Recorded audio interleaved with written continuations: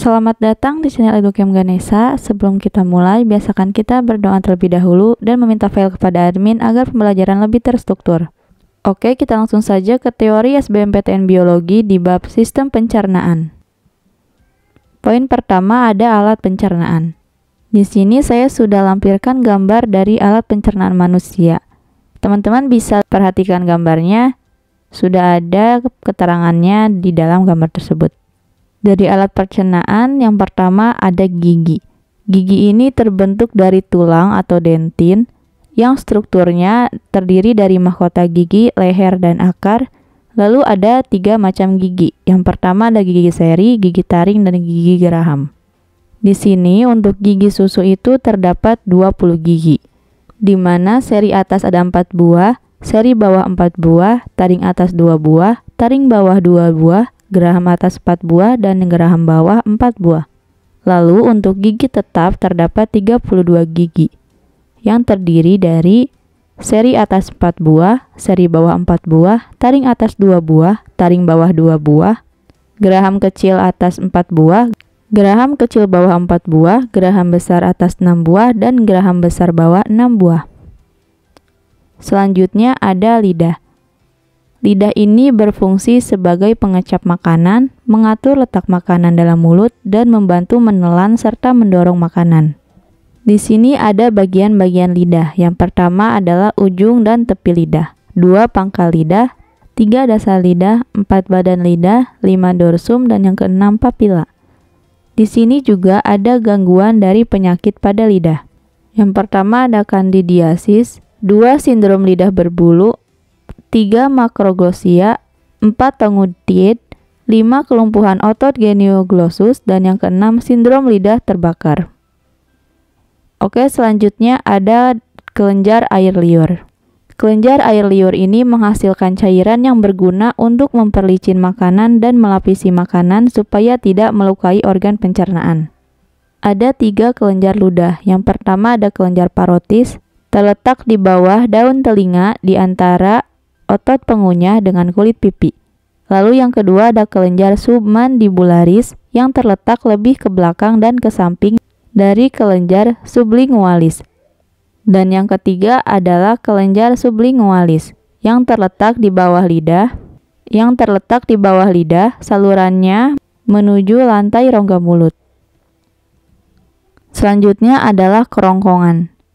Kerongkongan ini terdiri dari beberapa bagian. Yang pertama ada faring, yaitu persimpangan antara kerongkongan dengan tenggorokan.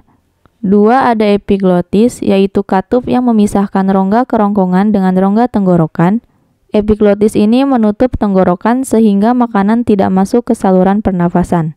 Dan yang ketiga adalah gerak peristaltik, yaitu gerak mengkerut dan mengendurnya otot longitudinal pada kerongkongan, membantu mendorong makanan ke bawah.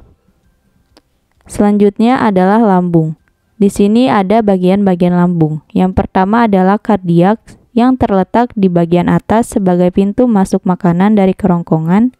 Yang kedua ada fundus yang terletak di bagian tengah lambung, tempat makanan ditampung dan mengalami perlakuan kimiawi. Dan yang ketiga ada pilorus yang terletak di bagian bawah lambung sebagai pintu keluar makanan dan berhubungan langsung dengan usus 12 jari. Pilorus ini bekerja atas pengaruh pH makanan. Selanjutnya ada hati atau liver. Di hati ini ada 2 pembuluh darah. Yang pertama adalah vena porta hepatica dan yang kedua ada arteri hepatica. Untuk fungsi hati, yang pertama adalah memproduksi cairan empedu, 2 pusat metabolisme protein, lemak, dan karbo, 3 gudang penyimpanan berbagai zat seperti mineral, vitamin A, D, E, K, B12, glikogen. Keempat, pusat detoksifikasi zat yang beracun di dalam tubuh, dan yang kelima memproduksi protein plasma. Lalu selanjutnya ada usus halus. Dalam usus halus ada 3 bagian. Yang pertama ada duodenum atau usus 12 jari. Panjangnya itu 25 cm, muara dari getah pankreas yang mengandung enzim tripsin, amilase, dan lipase. Lalu yang kedua ada jejunum atau usus tengah. Panjangnya 7 cm, sebagai tempat pencernaan terakhir sebelum sari makanan diserap. Dan yang ketiga ada ilem atau usus penyerapan, panjangnya adalah 1 meter. Permukaan rongga usus berupa jonjot usus yang berfungsi memperluas permukaan penyerapan sari makanan. Selanjutnya adalah usus besar. Usus besar ini kelanjutan dari usus halus. Air pada makanan diserap sehingga feses memadat. Di dalam usus besar juga terdapat bakteri E. coli yang membantu proses pembusukan sisa makanan dan membantu pembentukan vitamin K. Usus besar ini terdiri dari bagian yang menaik, datar, dan yang menurun. Usus besar mempunyai tambahan yang disebut buntu. Usus besar juga berfungsi untuk mengatur kadar air pada sisa makanan. Selanjutnya adalah enzim dan kelenjar pencernaan. Di sini yang pertama adalah kelenjar ludah atau glandula salivalis yang berupa enzim tilain dan enzim maltose. Yang kedua ada pankreas, yaitu penghasil disakarase, stepsin, tripsinogen, dan NaHCO3. Yang ketiga ada kelenjar cerna di lambung yang menghasilkan enzim pepsin, gastrin, renin, lipase, dan HCl. Yang keempat ada hati atau hepar sebagai penghasil empedu, dan yang kelima ada kantong empedu atau bilus sebagai pengemulsi lemak. Selanjutnya ada komponen zat makanan yang dikonsumsi. Di sini ada 7 komponen zat makanan yang perlu dikonsumsi. Yang pertama adalah karbohidrat, CHO, seperti amilum, glukosa, glikogen, dan disakarida. Fungsinya adalah sebagai sumber kalori, bahan pembentuk protein dan lemak, dan menjaga keseimbangan asam dan basa.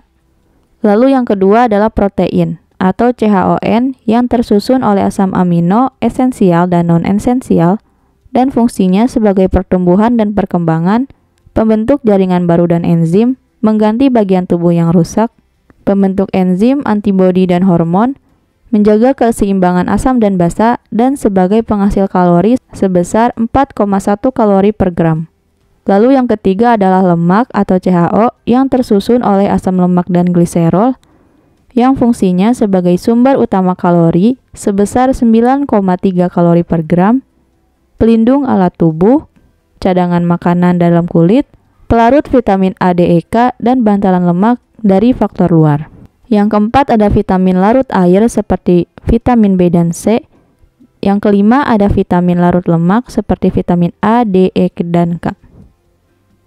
Selanjutnya yang keenam ada mineral mikro atau makro elemen yang terdiri atas Fe, P, Ca, L, Na, Mg, S, dan Cl, yaitu penting dalam pemeliharaan proses-proses tubuh dan tidak menghasilkan kalori, tidak dicerna, dan dapat langsung diserap oleh tubuh.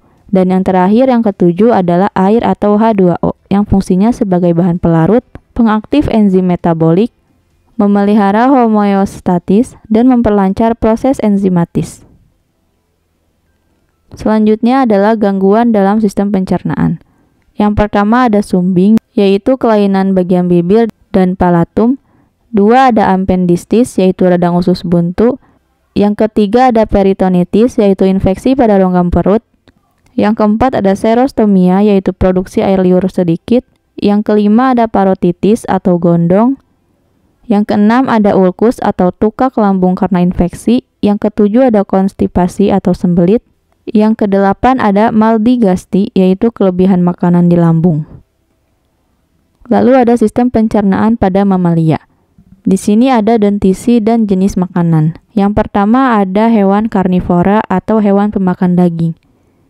Hewan pemakan daging ini memiliki gigi seri dan gigi taring runcing untuk membunuh mangsanya serta merobek-robek dagingnya. Gigi geraham depan dan geraham bergerigi untuk menggerus dan melumatkan makanan. Lalu yang kedua ada hewan herbivora atau hewan pemakan tumbuhan. Hewan herbivora ini memiliki gerigi dengan permukaan yang luas dan bergelombang untuk melumatkan tumbuh-tumbuhan. Gigi seri dan gigi taring termodifikasi untuk menggigit dan memotong makanan. Dan yang ketiga ada hewan omnivora atau pemakan segala. Hewan omnivora ini susunan gerigi permanen berjumlah 32. Gigi seri untuk memotong, gigi taring tajam untuk merobek, 2 geraham depan untuk menggerus, dan 3 geraham untuk melumatkan. Lalu ada lambung ruminansia. Saluran pencernaan pada herbivora sangat penting dan memiliki ruangan fermentasi khusus di mana bakteri dan protista simbiotik hidup. Pada bagian lambung ruminansia terdapat 4 ruangan. Lalu selanjutnya ada mekanisme pencernaan lambung ruminansia. Yang pertama ada setelah makanan dicerna di mulut, lalu pindah ke rumen, setelah itu retikulum yaitu tempat prokariota dan protista simbiotik hidup yang menghasilkan hasil samping metabolisme yaitu asam lemak, lalu makanan dimuntahkan kembali ke mulut, lalu sapi mengunyah kembali makanan tersebut dan ditelan kembali, lalu bergerak ke omasum, lalu ke abomasum. Oke, sekian pembahasan teori SBMPTN Biologi di bab sistem pencernaan. Jangan lupa subscribe, komen, dan like. Jika video ini bermanfaat, teman-teman share sebanyak-banyaknya ya. Sampai jumpa di video selanjutnya.